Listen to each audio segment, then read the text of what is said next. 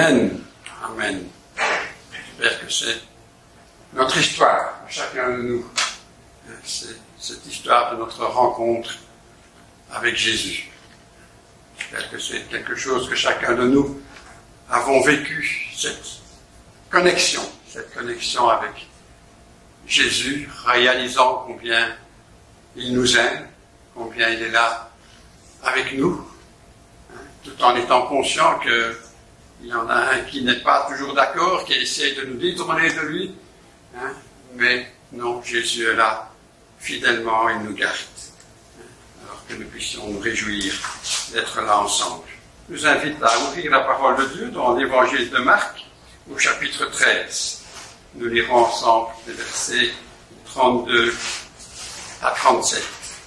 Marc, chapitre 13, versets 32 à 37.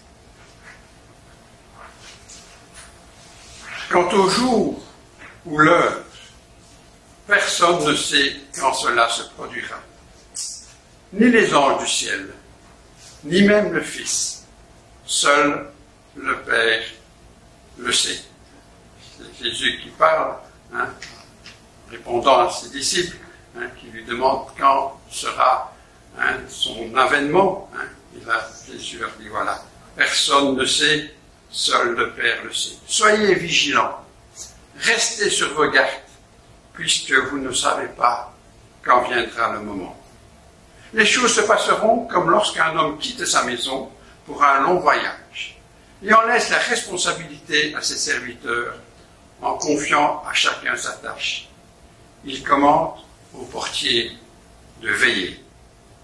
Tenez-vous donc, vous aussi, en éveil, car vous ne savez pas quand le maître de la maison doit revenir. Sera-ce tard, à minuit, au chant du coq, ou le matin, qu'il ne vous trouve pas en train de dormir, s'il revient à l'improviste. Je dis, ce que je dis là, je vous le dis à tous. Tenez-vous en éveil. Parole interpellante de Jésus à ses disciples et donc à nous ce matin. Tenez-vous en éveil, soyez vigilants, prenez garde, parce qu'on ne sait quand il reviendra.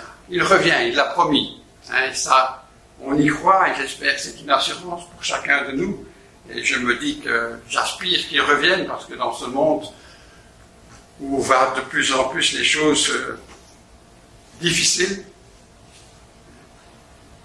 mais voilà, on ne sait ni l'heure ni le moment. Alors, tenons-nous en éveil. Voilà, avant qu'on ait un temps de prière libre, il y a Annie qui va nous jouer un morceau de piano sur la mélodie de celui qui met en Jésus sa confiance.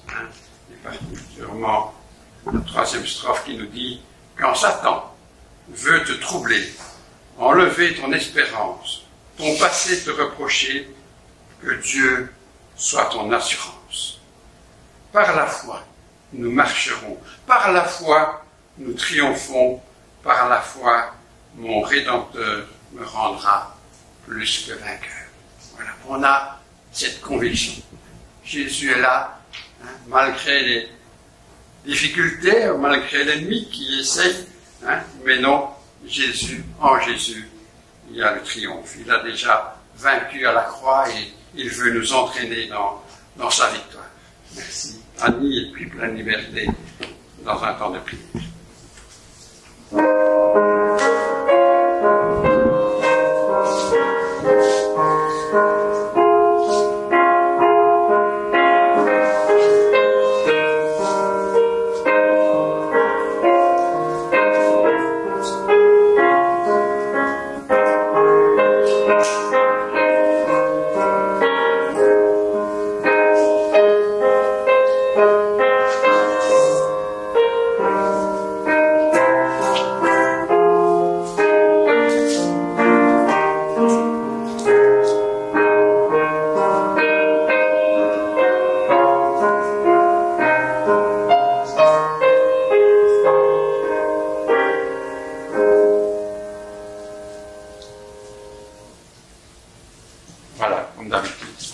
veut prier, ici on lui donne le micro.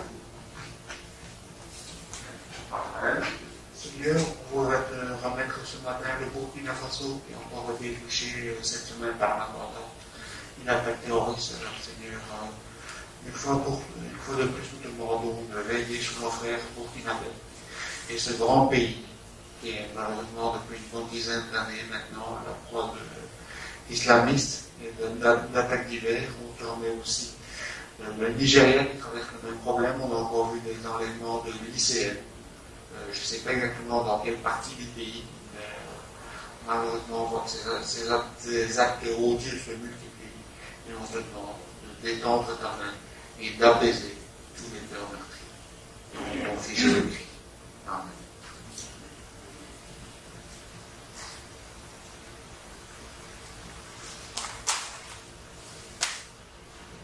Merci Seigneur pour ta présence dans ce dimanche. Sois avec chacun d'entre nous, sois notre lumière, notre phare sur notre chemin.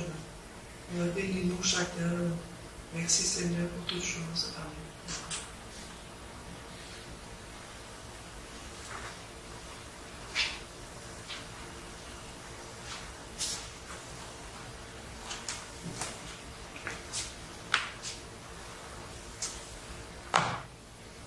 Oui Seigneur, c'est vrai, nous voulons te rendre grâce parce que tu connais toutes choses. Tu es le Dieu souverain, tu es le Dieu qui a vaincu la mort et c'est en toi que nous voulons vraiment nous confier. C'est vrai, te confier notre humanité dans tout ce qu'elle vit et c'est vrai tout particulièrement nos frères et sœurs dans la foi qui subissent, Seigneur, des attaques ou autres, Seigneur. Garde-les, protège-les, Seigneur, dans le nom de Jésus, nous te supplions. Et Seigneur, permet aussi qu'au travers de leur témoignage, Seigneur, il y ait de nouvelles personnes qui puissent venir à toi, Seigneur, qu'elles puissent réaliser combien tu es un Dieu d'amour, tu es un Dieu de vérité, un Dieu qui a prouvé son amour en ton Fils Jésus. Alors Seigneur, vraiment reçois toute la reconnaissance de nos cœurs, l'adoration qui te revient, Seigneur, et merci d'être là au milieu de nous, Seigneur, au milieu de tes enfants, Seigneur, dans notre humanité. Aujourd'hui, que ton nom soit glorifié, que ton nom soit béni. Amen. Voilà, je vous invite à continuer avec ce beau cantique qui est aussi bien connu. Hein? Quel ami fidèle et tendre nous avons en Jésus-Christ. Toujours prête à nous entendre, à répondre à notre cri.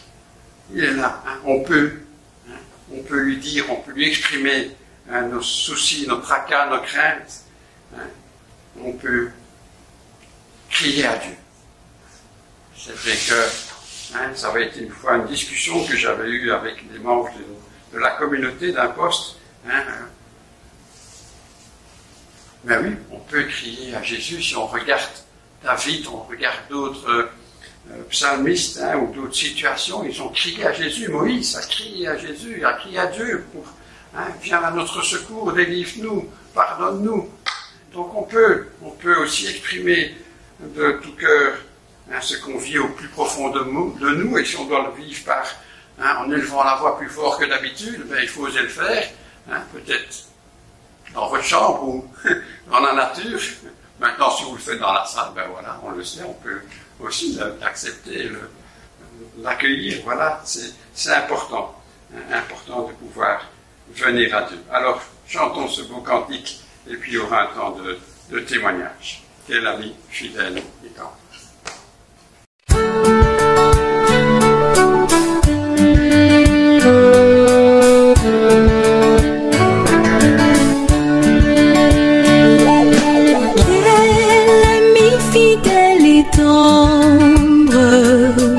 Nous avons en Jésus-Christ, toujours prêt à nous entendre, à répondre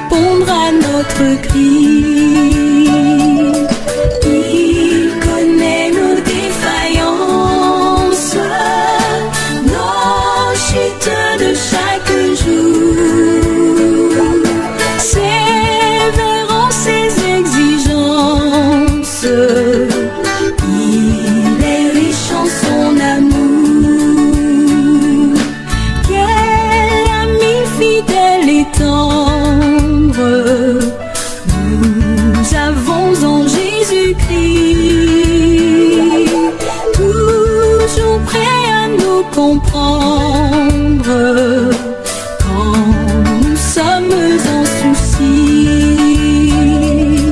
Disons-lui toutes nos craintes, ouvrons-lui tout notre cœur.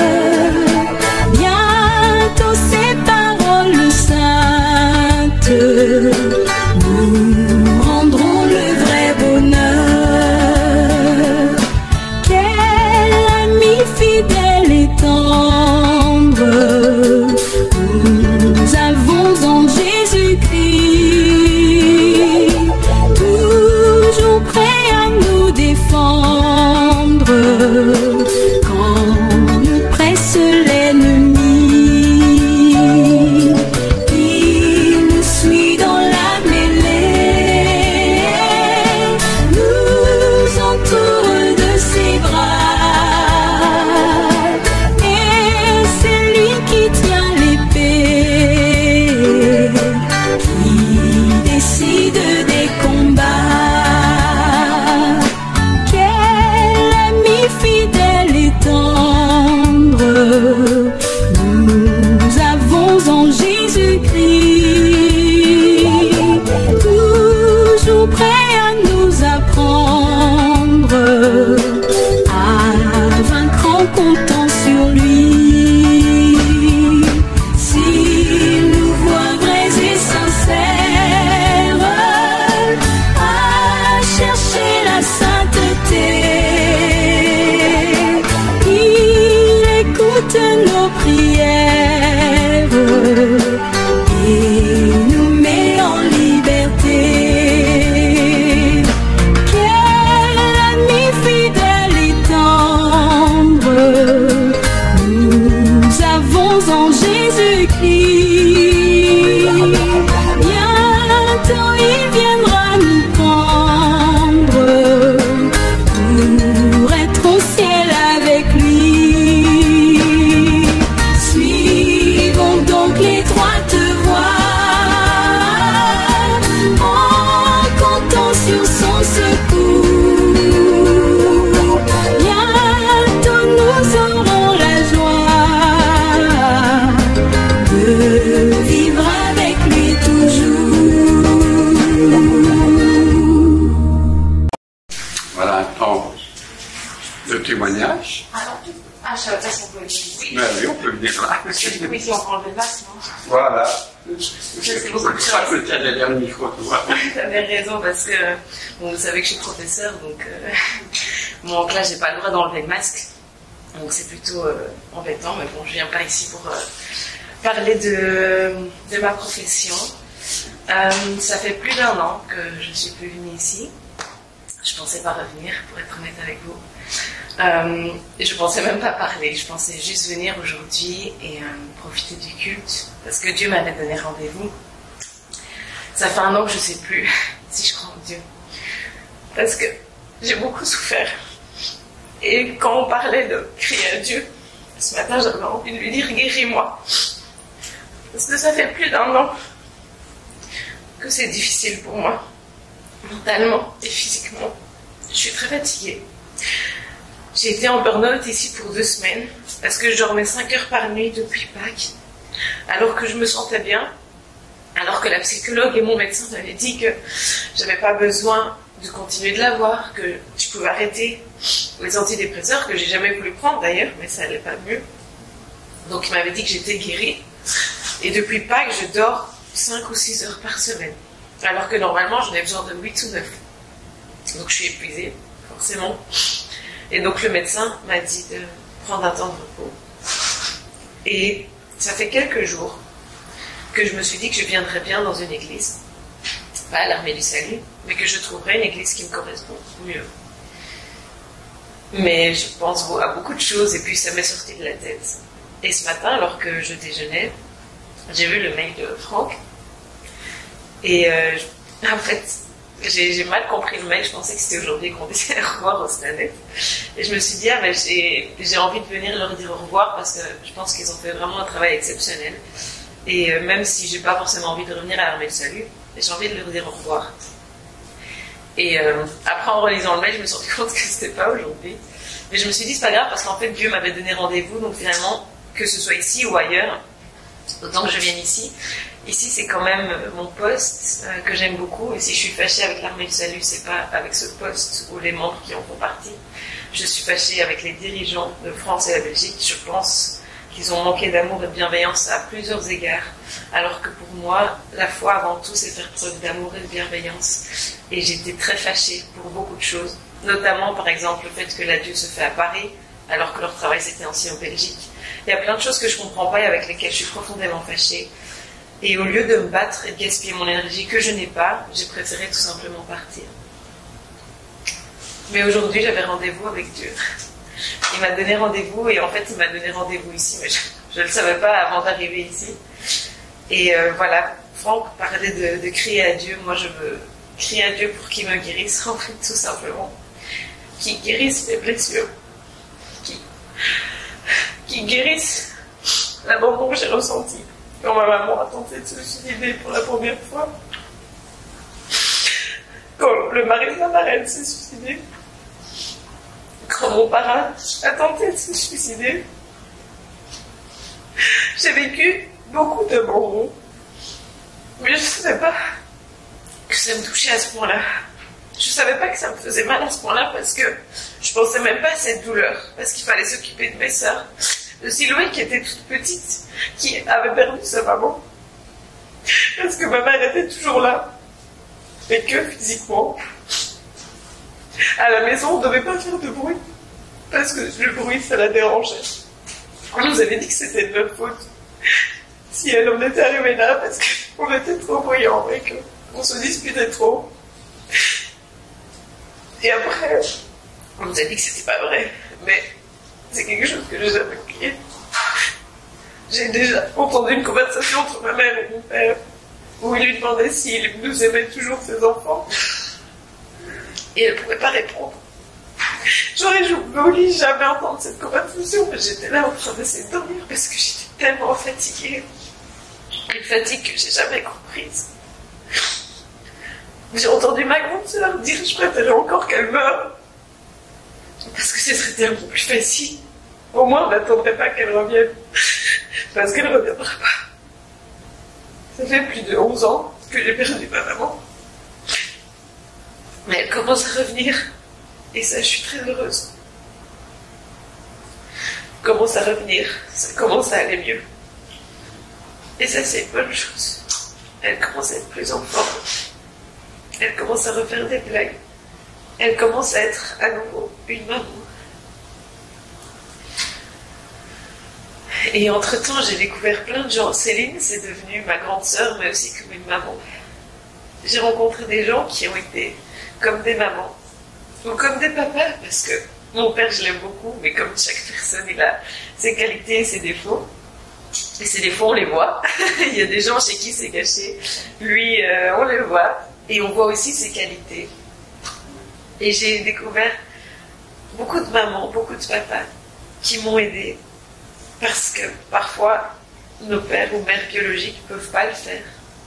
J'ai eu des parrains, des marraines. Et je pense que Dieu m'a vraiment entourée. Même si j'ai du mal à voir quand c'est lui. Parce que j'étais tellement fâchée qu'il permette tout ça.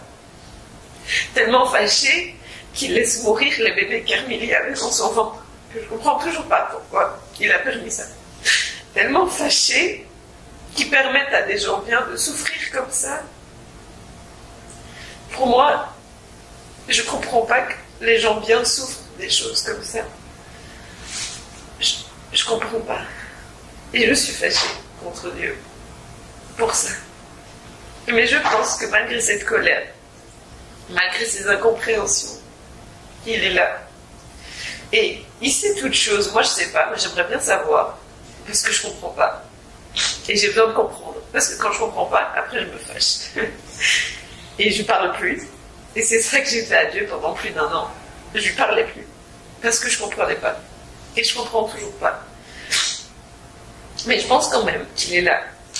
Dans les choses que je vois ou que je ne vois pas. Dans les gens qu'il place sur ma route. Dans les choses qui me sont dites. J'ai récemment encore perdu 2 collègues parce qu'ils n'ont vraiment pas été loyaux envers moi. Et ça m'a fait mal. Hier, c'était la dernière fois, donc ça n'arrête pas. Et encore une fois, je comprends pas. Puisque je me dis pourquoi j'ai quand même assez souffert. Là, si on pouvait arrêter 1 an ou 2, juste le temps que je reprenne des forces, après ok. Mais juste 1 an ou 2, si je pouvais respirer, ce serait cool quand même. Mais finalement, je vois que ça me fait grandir. Et si je peux vous donner un sujet de prière, j'ai découvert avec la psy que j'avais peur de l'amour. Que j'avais peur d'être abandonnée. Et d'être rejetée. Que j'avais peur de manquer. Parce qu'ils rigolent toujours dans ma famille parce que je me balade toujours avec plein de sacs et même moi je sais pas pourquoi. Et j'ai réalisé que c'est parce que j'avais peur de manquer quelque chose. Parce que quand ma mère est arrivée à l'hôpital, j'avais peur qu'on n'ait pas à manger le soir. Alors qu'en soi j'avais 16 ans donc j'aurais pu faire à manger. Mais j'avais peur de manquer de nourriture. Mais je pense qu'au-delà de ça, j'avais peur de manquer d'amour. Et je peux pas entendre je t'aime. Si quelqu'un me dit ça, je vais me mettre en colère. Même Dieu. Parce que je n'y crois pas. Et je pense que c'est dans ça que je dois être guérie. Parce que je pense que Dieu est amour. Mais pour l'instant, je peux pas l'entendre. Parce que j'ai tellement pas reçu ça quand j'en avais besoin. Alors que je suis entourée. Mais il y a tellement de gens qui sont partis de ma vie. Alors que je leur faisais confiance. Alors que je leur avais donné une place dans mon cœur. Et je pense que j'ai besoin d'être guérie de ça. J'ai besoin d'être guérie au niveau de l'amour, de la confiance, du rejet, de l'abandon. Et je pense que Dieu peut faire ça. Je pense qu'il peut me guérir. Mais j'ai besoin, si vous voulez bien, que vous puissiez prier pour ça aussi. Voilà, je sais pas, j'avais combien de temps, je pense que j'ai peut-être un peu dépassé le timing. Mais j'avais besoin de vous le dire parce que vous êtes ma communauté et que je vous aime quand même. Alléluia. Et je pense que c'est Dieu qui vous a mis sur ma route. Voilà.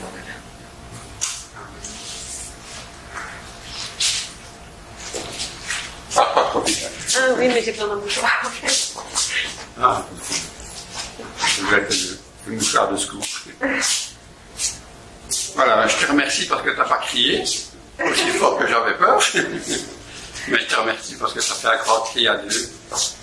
Simplement dans ce que tu as. C'est fait que, voilà, c'est. Merci en tout cas pour ton honnêteté. Bienvenue dans la famille. Elle n'est pas parfaite, hein. Non. Je la prie. Seigneur, nous voulons te louer et te remercier parce que c'est vrai, même si nous ne comprenons pas, et il y a beaucoup de choses que nous ne comprenons pas, nous savons que tu es malgré tout là. Et ce matin, c'est vrai, nous voulons te remettre tout particulièrement, Chloé, te remettre toutes ces blessures. Toi, tu les connais bien mieux que nous. Peut-être même qu'elle-même.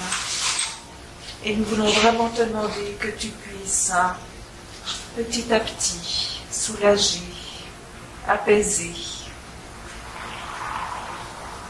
tout cela.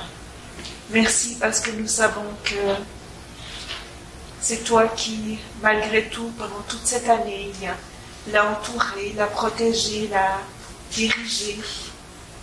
Et nous voulons te demander que tu puisses non seulement continuer à le faire, mais que tu puisses te révéler d'une manière toute particulière à elle, jour après jour. Merci pour sa présence ici ce matin. Merci pour ce cri qu'elle a pu partager et nous te demandons pardon de ne pas avoir peut-être entendu avant. Mais nous voulons vraiment te demander que tu puisses nous aider à être persévérants aussi dans la prière. Pour que Chloé puisse non seulement réaliser que son cri a été entendu, mais que toi tu y réponds. Alors que vraiment tu puisses diriger, conduire toutes choses. Bénis Chloé, entoure-la, accompagne-la à chaque instant.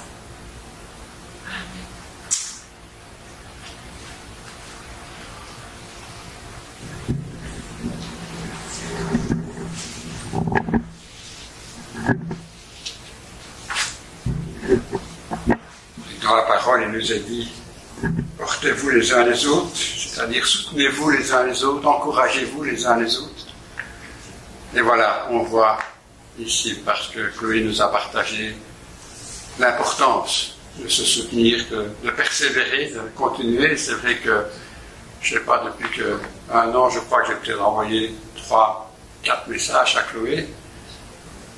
Et c'est vrai que ce matin, j'avais écouté une méditation, et puis je lui ai fait suivre, je ne sais pas. Voilà, ça m'arrive de temps en temps de faire suivre une méditation à quelqu'un, puis ici, voilà, le Seigneur avait, comme elle l'a partagé. Mais voilà, je crois que c'est aussi un enseignement pour nous, c'est d'oser partager nos fardeaux. C'est pas facile de venir comme ça. Alors c'est vrai qu'on peut le faire au micro, on peut aussi le faire entre nous, mais je crois que c'est aussi important.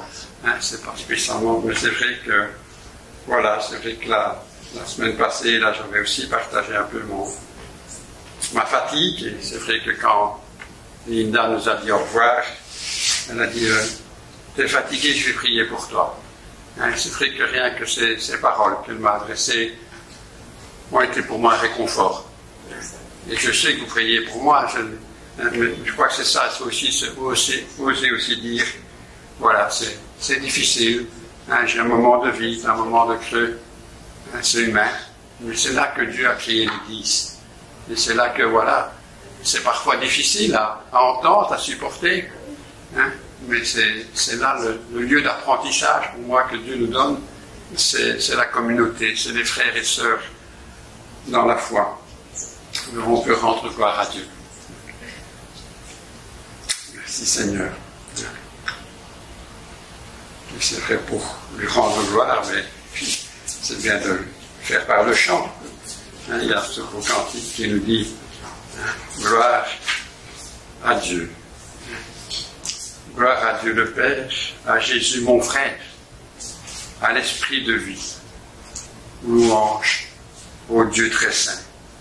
Que la terre entière, en lui seul espère, vienne et le prie. Règne en souverain. Je crois que c'est ça. On a besoin. Et on sait que la terre entière et chacun de nous et toutes les situations, la nature aussi, exprime sa souffrance. On entend, on voit des catastrophes au travers de la nature. Voilà, pour moi, la nature exprime aussi sa souffrance. Je ne sais pas si vous avez entendu là, dans la mer, je crois que c'est la mer Noire, en tout cas c'est en Turquie, il y a un genre de champignon qui se développe sur la mer. Et du coup, il couvre toute la mer. Et puis, il descend dans les fonds marins, mais en restant comme une couverture. Donc, tout ce qui est en dessous n'a plus de lumière, et donc, s'il n'a pas de lumière, tout meurt. Alors, apparemment, c'est déjà arrivé par petite quantité en Turquie, mais ici, cette année-ci, c'est énorme.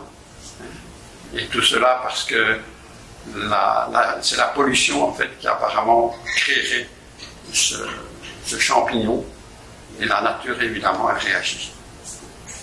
Donc là, se dire que la nature souffre, mais la réponse, c'est Dieu. La réponse, c'est Jésus, c'est à lui que nous devons nous confier, c'est à lui que nous devons faire appel, mais c'est à lui que nous devons donner toute la gloire. Alors chantons ce chant, gloire à Dieu. Le Père, sentez-vous libre de vous lever, parce que je crois que, voilà, c'est vers le Père qu'on se tourne.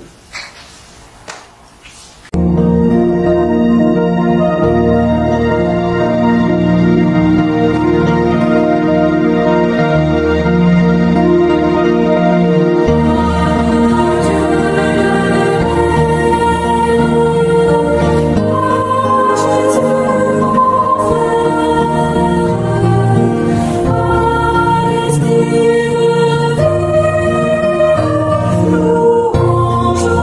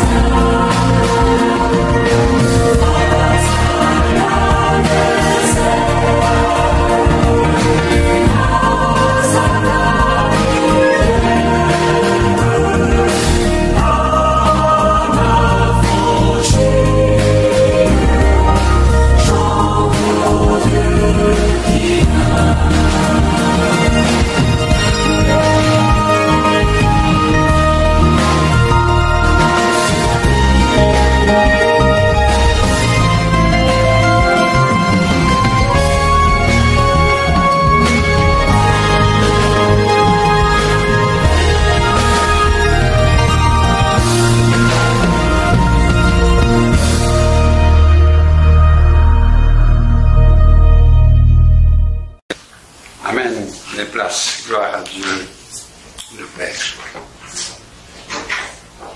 Voilà, alors pour les activités, un grand merci en tout cas pour ceux qui se sont pu investir la semaine passée, et notamment pour la vente, et soit par la prière, soit par leur présence, leur soutien. Merci en tout cas pour chacun. C'était, malgré qu'on a fait changer comme ça un peu la date, ça s'est très bien passé. On a eu pas mal de monde, une bonne ambiance. Juste pour vous dire quand même, si jamais quelqu'un rentre dans la salle et pousse des cris, ne vous étonnez pas. Il est venu hier matin pendant la vente. C'est quelqu'un qui depuis quelques jours est dans le quartier. Et voilà, c'est certainement quelqu'un qui a un problème psychiatrique et du coup il crie sans être agressif du tout, mais c'est un peu impressionnant. Encore ce matin, il était là sur le banc devant le poste. Je me disais quand même dans ma tête, j'espère que quand on ouvrira la porte, il sera parti. Mais voilà, donc ne vous étonnez pas, hein, s'il arrive, on essaiera de l'accompagner, prier tout simplement pour cette personne. Mais voilà, je voulais quand même donner le signal parce que ce matin, il était là présent. Pour les activités cette semaine, nous aurons donc le phare mardi et vendredi, la prière mercredi, donc toujours par téléphone, et puis jeudi, la ligue en présentiel, mais aussi par téléphone pour celles qui ne savent pas nous rejoindre. Alors samedi prochain, comme Chloé le disait, Paris a décidé de faire les adieux des majors Stanet en même temps que la consécration de la nouvelle officière, Sarah. Hein, mais on a quand même eu à cœur aussi d'inviter les Stanet, et donc dimanche prochain, ils seront avec nous. On aura aussi l'occasion de leur exprimer nos adieux et les bénir dans la suite de leur ministère.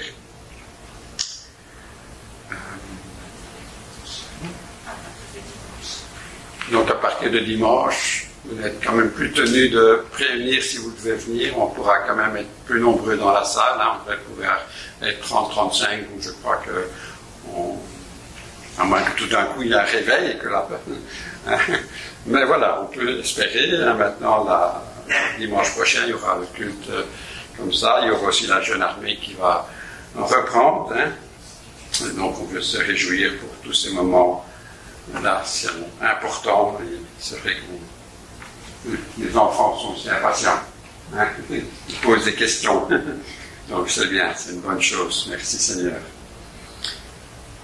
Alors, je vous ai demandé de prier pour Elga. Je vous demande de continuer de prier pour elle, mais elle a été hospitalisée durant cette semaine-ci. Elle a été à 6 heures de papa en psychiatrie. Elle est là pour un temps. Hein, donc pensez bien à Elga. Hein, pensez aussi aux uns aux autres. Hein. Chloé vous a exprimé son appel à la prière. Et puis il y a aussi Renaud et Anne qui demandent aussi qu'on prie. Hein. Vous savez que c'est un peu une situation difficile. Je vous demande vraiment de prier pour la protection physique, hein, morale aussi, mais surtout physique de Renaud et Anne, parce qu'ils vivent des menaces quand même qui sont là, assez impressionnantes. Pensons toujours à Ernest, hein, qui suit toujours ses traitements de chimio et de radiothérapie, et puis à Félix, à Nel. Hein, Nel va bien, les photos, en tout cas c'est encourageant de voir les contacts, et puis voilà, et puis pensons à la jeunesse aussi évidemment pour cette dernière ligne droite, hein, c'est les examens, hein, et puis l'été, pensons, hein, comme je le disais dans le message hier, pensons au camp, hein, il y aura la colonie avec Chloé, hein, mais il y aura aussi le camp d'ado, et puis il y a aussi un camp en France, hein, séjour fort Tifiane, donc il y a un épiant, donc c'est plus pour les plus grands. Je crois que c'est à partir de 14 ans, je crois, si mes souvenirs sont bons. Mais ça va jusqu'à 25 ans. Donc voilà, c'est ouvert. N'hésitez pas à regarder, à poser des questions. Et si jamais il y a ce désir d'y aller, mais qu'il y a un souci financier, dites-le quand même. On ne veut pas qu'un camp qu'un jeune soit privé de camp à cause d'un souci financier. C'est important. S'il te plaît? Qui va remplacer les salaires? Personne. Ouais, il n'y a personne qui est prévu. Donc voilà, ça va se discuter dans le cadre d'un... Enfin, c'est comme ça. De toute façon, ça c'est officiel. La suite doit être discutée dans ce mois-ci pour voir comment la Belgique dépend pas mal des Etcheverry, de Karen et Joël qui sont. Et puis penser aussi, c'est fait à Major me fait signe de penser aussi à son papa qui a aussi des problèmes de santé, de cancer, mais qui ne peuvent pas traiter à cause de son manque de globules rouges. Et donc voilà, remettons aussi la famille, les parents de la Major, la Bleuette.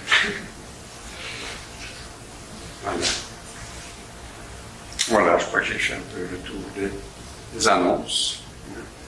Alors, je vous invite à chanter le cantique suivant qui nous dit veille au matin, un peu comme la lecture qu'on a fait ce matin, veille au matin, quand un ciel sans nuages semble annoncer un jour calme et serein, c'est dans ton cœur que peut gronder l'orage qui fait tomber le pèlerin. C'est vrai que ce matin, le soleil était beau et c'est vrai que je réalise que ça ne veut pas dire qu'il n'y aura pas d'orage dans la journée. Donc, prenons ce cantique aussi, cette image spirituellement aussi.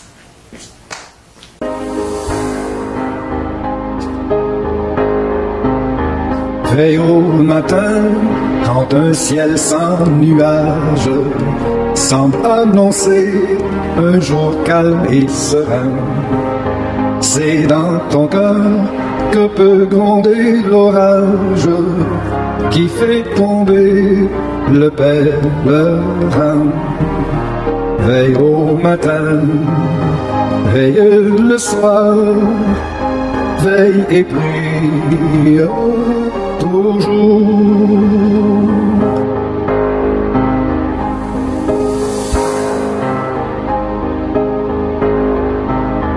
Veille à midi, quand les bruits de la terre font oublier le céleste séjour. Trouve un instant pour être solitaire dans la prière et dans l'amour. Veille au matin, veille le soir, veille et prie toujours.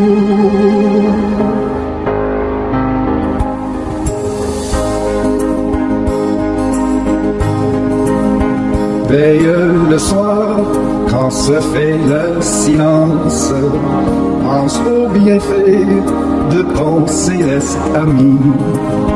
Cherche avec soin sa divine présence, verse en son cœur tout ton souci. Veille au matin, veille le soir, veille et prie toujours.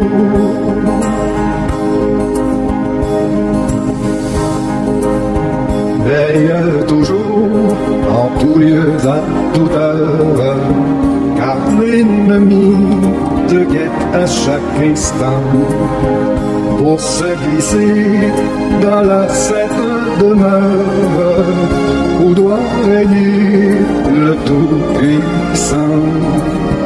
Veille au matin, veille le soir, veille et prie toujours, veille et prie toujours.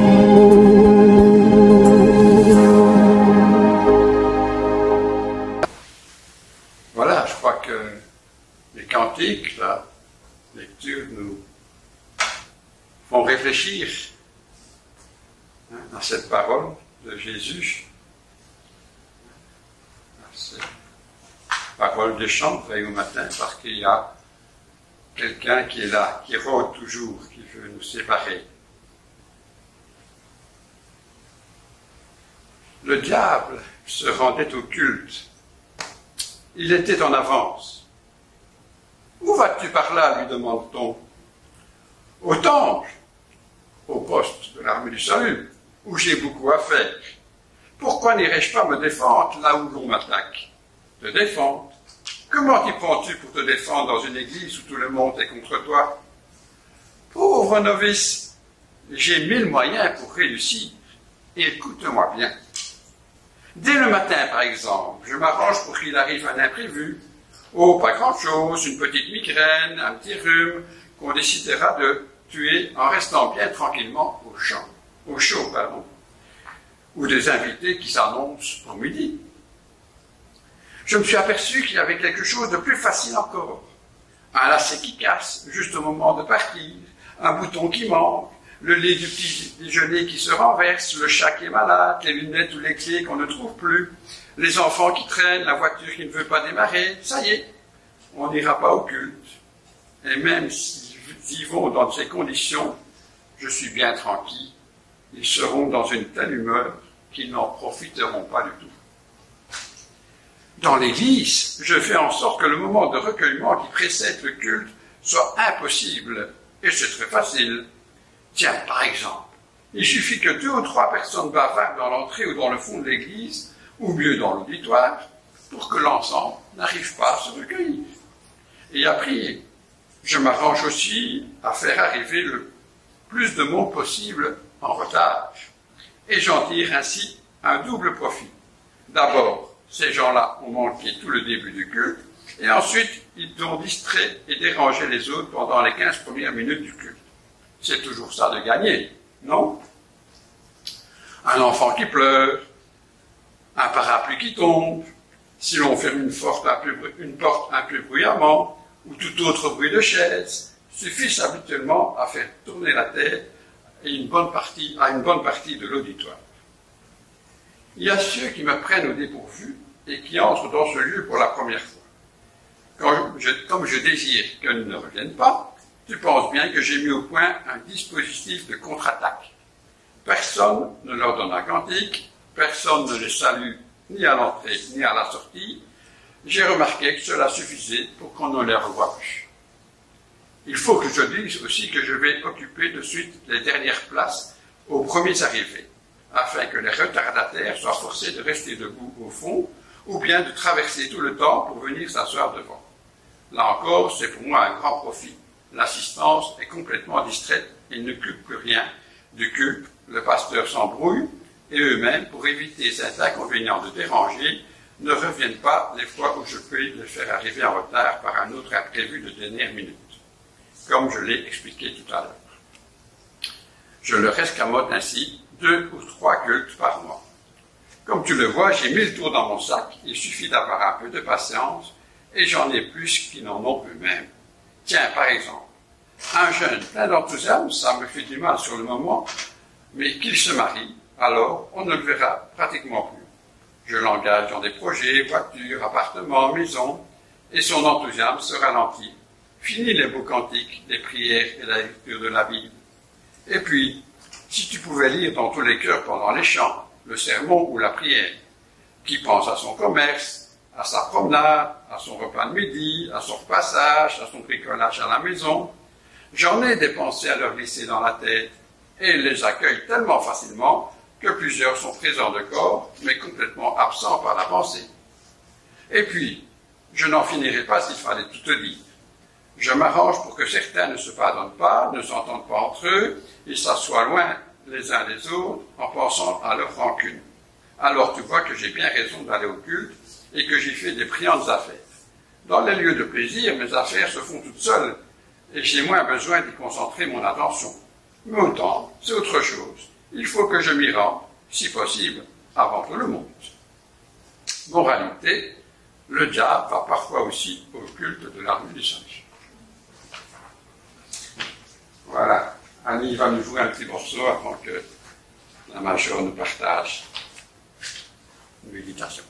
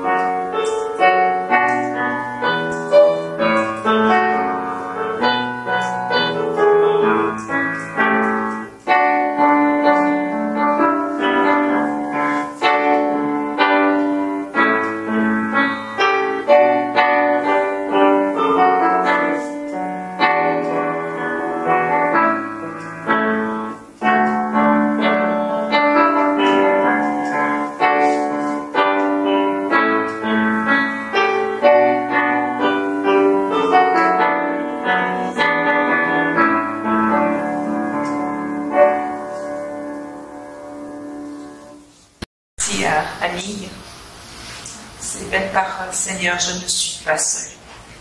Je ne sais pas s'il faut encore ajouter beaucoup de choses à ce qu'on a entendu. Mais il y a quelque temps, j'étais interpellée par un conte.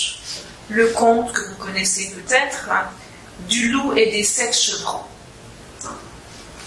Et il y a certains points qui m'ont interpellée dans ce conte.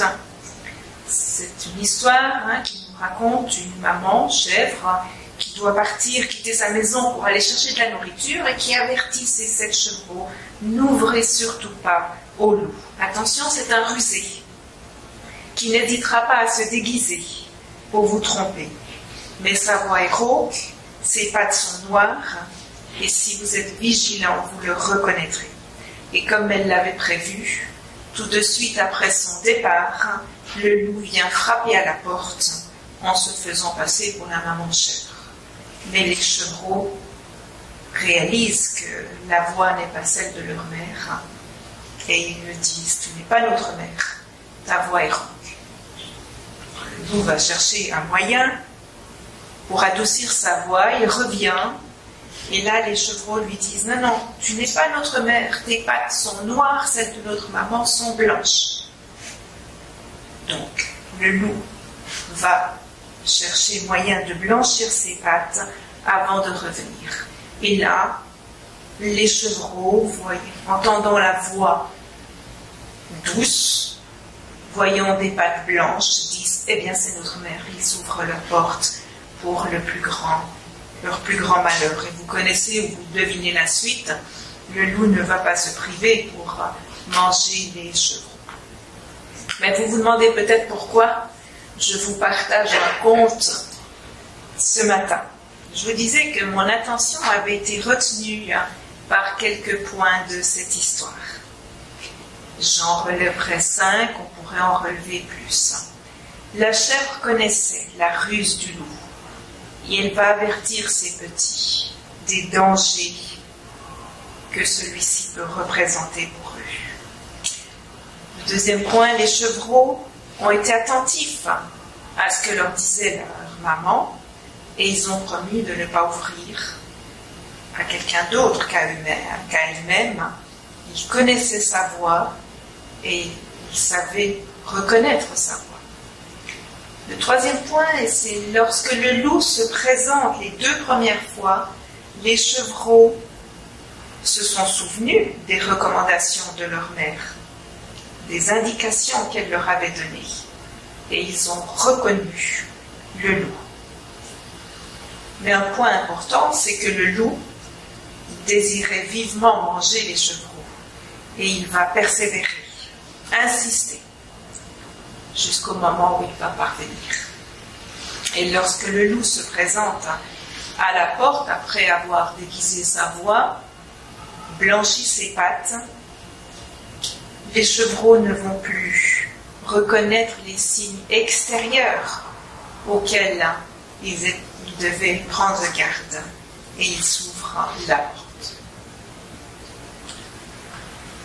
Ce conte m'a interpellée parce que je me suis dit qu'il y avait des comparaisons possibles entre ce conte et notre vie de chrétien. Nous pouvons en effet trouver des liens entre le loup du conte et Satan. Tous les deux sont rusés, trompeurs, persévérants pour nous faire chuter. Et personnellement, peut-être que vous êtes d'accord avec moi, je pense que parfois je suis un peu comme les chevreaux, bien disposés, mais je réalise, malgré tout, faible et prêt à chuter. La chèvre avait averti ses petits, et Jésus a lui aussi averti ses disciples, mais aussi par-delà les siècles, nous-mêmes, des dangers possibles. Alors revenons un instant sur ces points. La maman chèvre, je vous disais, connaissait la ruse du loup. Et elle savait que ses petits seraient en danger s'ils ouvraient la porte. Et je disais de même, Jésus connaissait les dangers que les disciples allaient rencontrer. C'est pour ça que dans la Bible, nous avons ce récit où Jésus avertit Simon-Pierre du fait que Simon va le renier. Et Simon lui dit non, jamais. Et il lui dit oui, je t'assure, avant même que le coq chante, tu auras nié 3 fois me connaître. Jésus savait que Pierre était tout feu, tout flamme pour lui, mais il savait aussi qu'il y avait des dangers dans ce monde. Et malheureusement, nous devons prendre conscience que Pierre n'est certainement pas le seul dans cette condition. Nous avons tous vécu des situations où Satan est arrivé à nous faire douter, à nous faire chuter. Jésus avertit ses disciples alors qu'il est dans le jardin, qu'il approche de la mort. Voici l'heure vient, elle est déjà là, où vous serez dispersés chacun de son côté et où vous me laisserez seul. Mais je ne suis pas seul, puisque le Père est avec moi. Il fallait que je vous dise cela pour que vous trouviez la paix en moi. Dans le monde, vous aurez à souffrir de beaucoup de choses, mais courage, j'ai vaincu le monde. Jésus a exhorté ses disciples à la vigilance. Et je crois que nous devons, nous aussi, nous exhorter, nous encourager réciproquement à être sur nos gardes, afin de ne pas tomber dans les pièges de Satan. Et dans le texte que le major nous a lu, il y a tellement de choses que nous réalisons. Encore ce matin, voilà, ce problème technique qui nous empêche d'entrer vraiment dans cette présence de Dieu, qui nous empêche d'être concentrés sur ce que Dieu a à nous dire. C'est une tactique de Satan.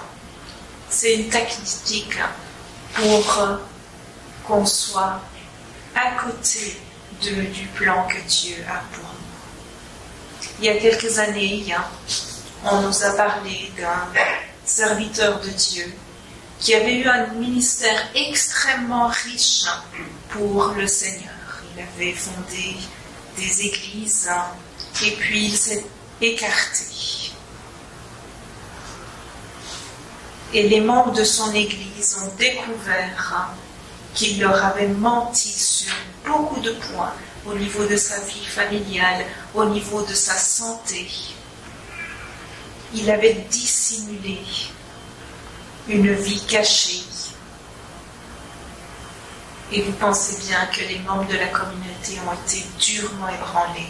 Plusieurs ont quitté la communauté. Personne n'était parvenu à discerner la vérité jusqu'au moment où tout d'un coup tout a été révélé. Cela peut nous arriver à chacun.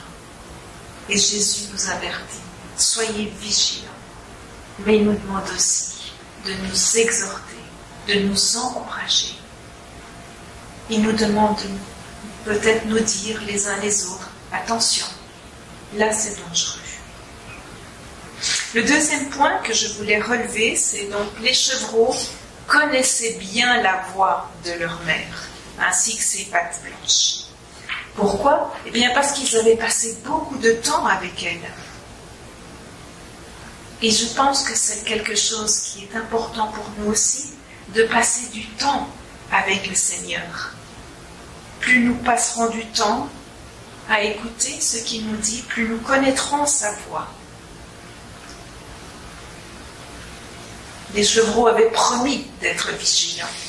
Malheureusement, cela n'a pas suffi. Ils n'imaginaient pas en effet que le loup pourrait se déguiser.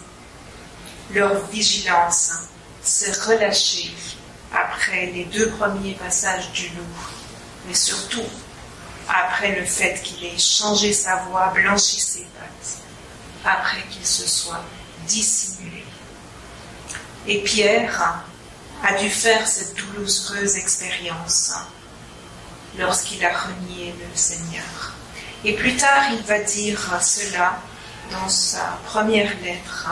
Soyez vigilants.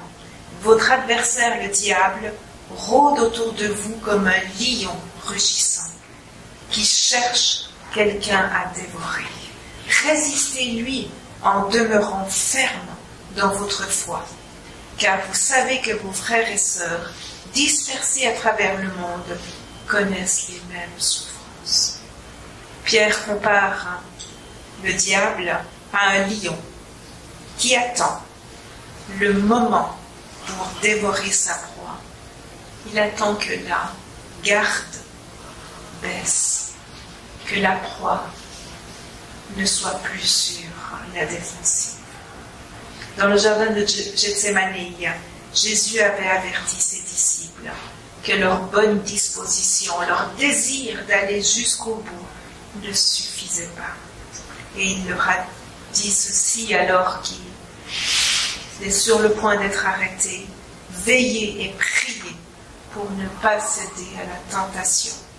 L'esprit de l'homme est plein de bonne volonté, mais la nature humaine est bien faible.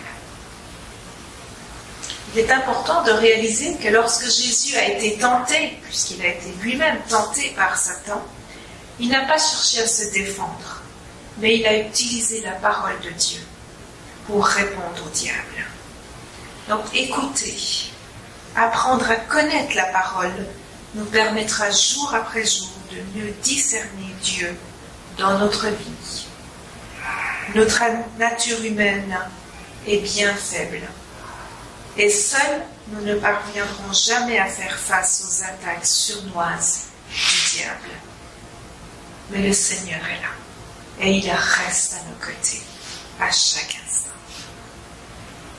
Troisième point, c'est que après le départ de leur mère, les chevreaux ont bien gardé en mémoire les recommandations qu'elle leur avait données.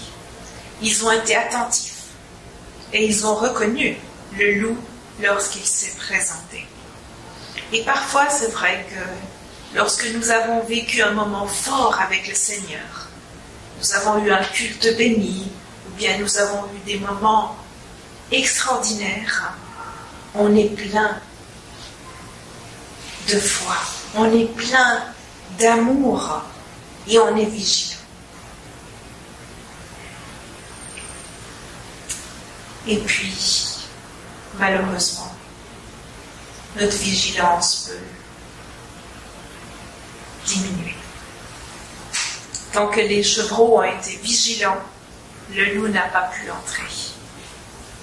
De même pour nous. Si nous veillons et prions comme le Seigneur nous le recommande, si nous sommes attentifs, Satan ne pourra pas nous atteindre.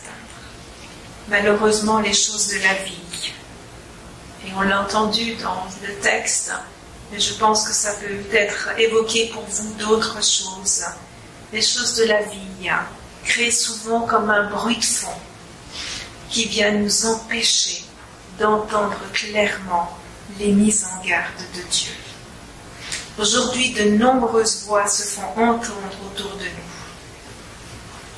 Des voix qui semblent bonnes, qui semblent justes, et pourtant qui ne viennent pas de Dieu, et qui peuvent nous empêcher de distinguer clairement ce que Dieu désire nous dire.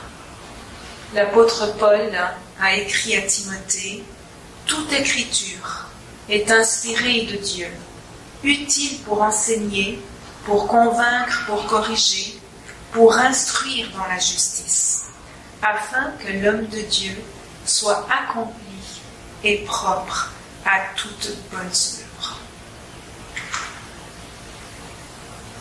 Suite à leur mésaventure, les chevreaux ont dû réaliser que connaître la voix de leur mère et la couleur de ses pattes était bien, mais que ce n'était pas suffisant. Ils devaient apprendre encore à discerner lorsque le loup cherchait à falsifier ses traits. Et je pense que c'est quelque chose que nous devons jour après jour, apprendre.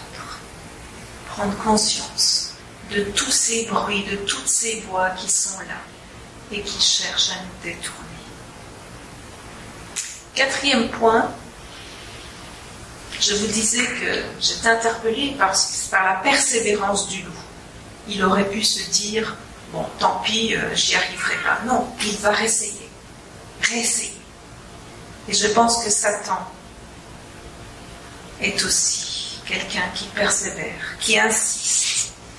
Le fait de rencontrer une résistance, une opposition, ne l'arrête pas. Après avoir tenté Jésus pendant 40 jours dans le désert, il nous est dit que Satan s'éloigna jusqu'à une autre occasion. Si une bataille est gagnée, la guerre n'est pas terminée pour autant. Et c'est à force de persévérance, de vigilance, de prière que nous pourrons résister au diable. Jésus a beaucoup insisté sur cette vigilance. Plusieurs paraboles en parlent. Et nous avons entendu dans la première lecture biblique combien Jésus rappelle cette importance de la vigilance. Le cinquième point, si le loup a compris que c'est en se déguisant qu'il pourrait parvenir à ses fins, ce n'est certes pas le seul. Satan l'a compris depuis longtemps et il ne se prive certainement pas de le faire afin de nous faire chuter. Vous savez l'image du diable avec ses cornes et sa queue? Ce serait facile si on rencontrait le diable comme cela, de le reconnaître. Mais le diable sait se déguiser. À un moment dans la vie, dans le ministère de Jésus, Jésus s'approche de Jérusalem et il avertit ses disciples de ce qui va lui arriver, de sa mise à mort. Et Pierre va réagir de façon impulsive. Il va dire au Seigneur, « Cela ne t'arrivera pas !» Et Jésus, se retournant, lui dit, « Arrière de moi, Satan, éloigne-toi de moi. Tu es pour moi un obstacle, car tes pensées ne sont pas celles de Dieu, ce sont des pensées humaines. »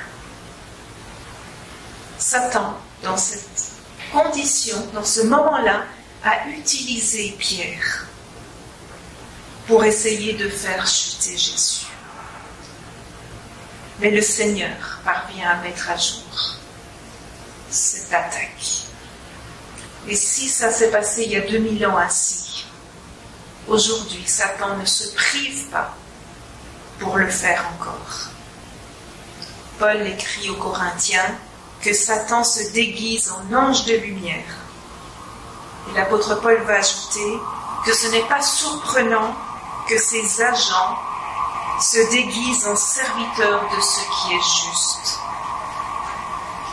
Il nous faut faire donc très attention pour discerner, mais aussi pour ne pas être nous-mêmes des ustensiles dans les mains de Satan. Lorsque nous avons annoncé à nos familles, à nos amis que Dieu nous appelait à le servir à plein temps comme officier de l'armée du salut, une personne a voulu nous mettre en garde concernant notre situation familiale et les difficultés financières que cette décision allait entraîner. Son commentaire était tout à fait exact. Pourtant, nous avions cette certitude, et nous l'avons encore, que Dieu nous appelait et que par conséquence, il pourvoirait aux besoins de la famille. Et puis nous avons pris conscience que cette interpellation, qui paraissait tout à fait justifiée humainement, ne venait pas de Dieu, mais qu'elle était une attaque sournoise de Satan pour nous faire renoncer à l'appel de Dieu. Cet ami n'a certainement pas réalisé que dans cette situation, il avait été un instrument dans les mains de Satan. Lorsque nous sommes vraiment à l'écoute du Seigneur, il nous permet de déceler lorsque Satan nous attaque. en se faisant passer pour ce qu'il n'est pas. Satan essaye d'endormir notre conscience. Et lorsque notre attention, notre vigilance se relâche, alors il attaque. Nous pourrions relever d'autres points, mais je voulais m'arrêter sur ces 5. Ce n'est pas pour rien que Jésus a tellement insisté sur la vigilance qu'il a mis à plusieurs reprises ses disciples en garde contre les attaques sournoises de Satan. Il ne suffit pas de connaître Jésus, de l'avoir accepté dans sa vie. Cela n'est en effet que le premier pas dans notre vie de chrétien. Une fois que nous avons accepté Jésus, nous devons avancer dans cette vie de chrétien. Et pour cette marche, il est important que nous nous souvenions de ces points. Satan est rusé. Son désir est de nous faire chuter. Jésus lui-même a été tenté. Mais il est parvenu à faire face à Satan en lui prenant les paroles des Saintes Écritures. Souvenons-nous qu'il ne suffit pas de bonnes dispositions. Nous devons sans cesse veiller et prier. Comme il a été dit dans le texte que mon mari vous a lu, Satan nous laisse généralement tranquilles quand nous ne le dérangeons pas. Il ne va pas se rendre dans les lieux du monde où tout est centré sur le monde. Parce que cela n'apporte pas d'intérêt pour lui. Mais il va venir là où on s'est détourné de lui, là où on recherche la volonté de Dieu. Donc si nous nous approchons du Seigneur de tout notre cœur, sachons que Satan attaquera, parce que cela le dérange. Mais sachons aussi que Jésus est là et qu'il saura être à nos côtés, nous défendre. Et si Satan parvient à nous faire chuter, le Seigneur peut nous relever et désire nous relever. Ne jugeons donc pas ceux qui sont tombés, qui ont été attaqués. Cela peut nous arriver, cela nous est certainement déjà arrivé. Mais rappelons-nous que Dieu est le plus fort, que rien n'est perdu si nous nous approchons de lui. Nous devons reconnaître la voix du Seigneur. Et pour cela, il y a une solution. C'est l'écouter attentivement. Ainsi, nous pourrons reconnaître lorsque Dieu nous parle ou lorsque c'est Satan qui s'exprime. Je vous invite à prier.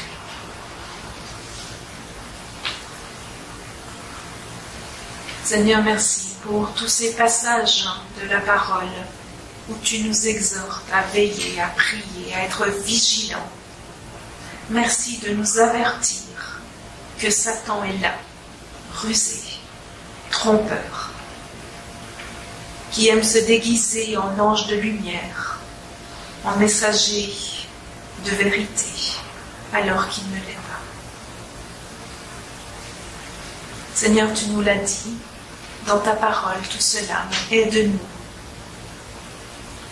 à être attentifs, à prendre ces paroles pour nous, jour après jour, à prendre conscience que Satan va nous attaquer, que Satan cherche à chaque instant de nous détourner de ta parole. Merci parce que ce matin encore, tu as été là, présent. Et si Satan a cherché à nous attaquer, tu as été présent pour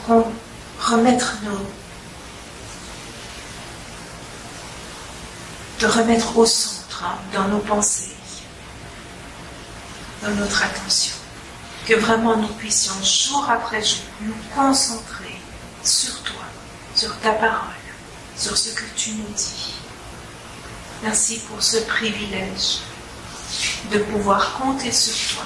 Merci aussi pour ce privilège de pouvoir compter les uns sur les autres, Et je te demande vraiment de nous aider, à nous soutenir, à nous encourager, à nous corriger peut-être lorsque c'est nécessaire. Merci pour ce que tu es, pour ce que tu fais à chaque instant. Que cette parole puisse rester dans notre cœur et nous aider à être attentifs à ce que tu nous dis. Amen.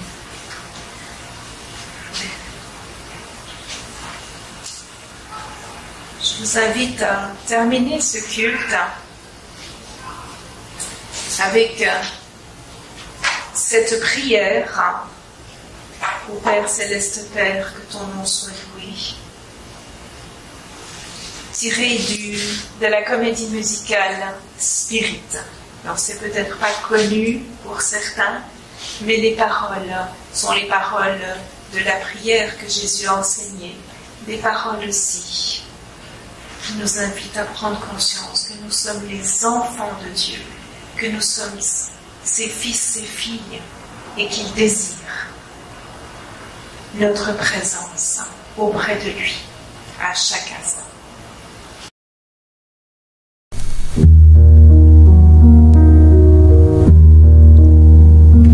Tous ceux qui sont conduits par l'Esprit du Seigneur sont les fils de Dieu, oui les fils de Dieu. Si nous sommes conduits par l'Esprit du Seigneur, appelons Dieu notre Père. Dieu ne nous donne pas un esprit de servitude, mais un esprit nouveau d'adoption. Si nous sommes conduits par l'Esprit du Seigneur, appelons Dieu notre Père.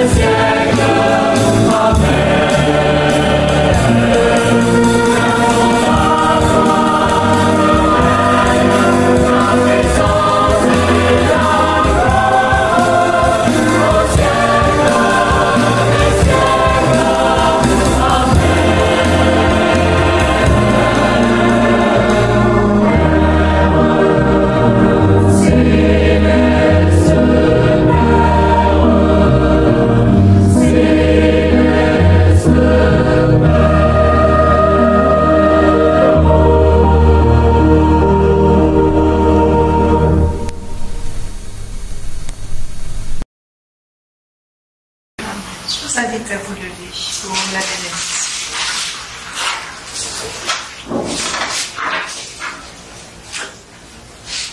Seigneur, nous voulons te louer, te remercier parce que toi qui as été tenté